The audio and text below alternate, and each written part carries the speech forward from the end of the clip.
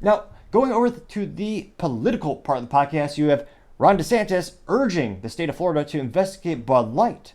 Now, it looks like Ron DeSantis is urging specifically the state's pension fund manager to consider legal action against Bud Light's parent company amid the controversial backlash from the recent marketing campaign. Now, that might be a fair argument considering if you're the state treasury or if you're the state state pension fund manager, your job is to get the maximum profit. You're supposed to get the best returns for the pension holders. And if you're investing in a company that's shooting itself in the foot and losing money hand over fist, both for their stock valuation as well as their sales, one could argue, well, actually, I was going to say, you shouldn't even have to argue. That's just obviously you're not fulfilling your fiduciary responsibility to get the maximum payout for your policyholders. Now, it looks like CNN Business had a letter obtained from the DeSantis crew where Ron DeSantis suggests Anheuser-Busch InBev, quote, breached legal duties owed to its shareholders when it decided to associate with a, quote, radical social ideologies.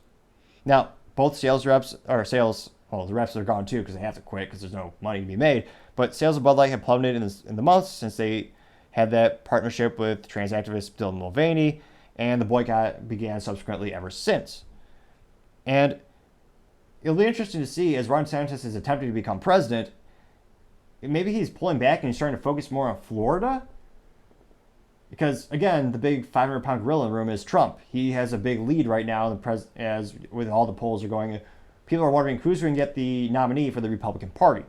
And right now, pretty much every poll is saying Trump is ahead by a pretty big majority. And DeSantis' whole campaign is kind of falling apart as it seems like he's just taking more and more terrible advice, unfortunately, and it's not panning out. And there's a lot of ethical issues where his team, again, it wasn't him specifically perhaps, but it was one of the DeSantis campaign teams where they used fake AI images of Trump, I think it's hugging Fauci. And the description of the picture said the real Trump. There was not a disclaimer that said this was AI. So that broke a lot of people's trust in Ron DeSantis' campaign. If he was a smart, prudent politician, I would say the minute he saw that come out, he should have come out publicly and say, hey, I don't approve that ad. This is unethical because of this. They never did that. And in my opinion, that lost a lot of political face and a lot of confidence in his whole campaign. So it'll be interesting to see, is this his attempt to stay more positive in Florida? In terms of a political chess move, it's a prudent one because many people on the right, politically speaking, do support the Bud Light boycott. In that regard, this is a brilliant political move on the chessboard. And it'll be interesting to see. I don't know if this is him trying to increase his numbers in Florida or... Because you got to remember, Trump is also from Florida as well. He's got his famous place in Mar-a-Lago.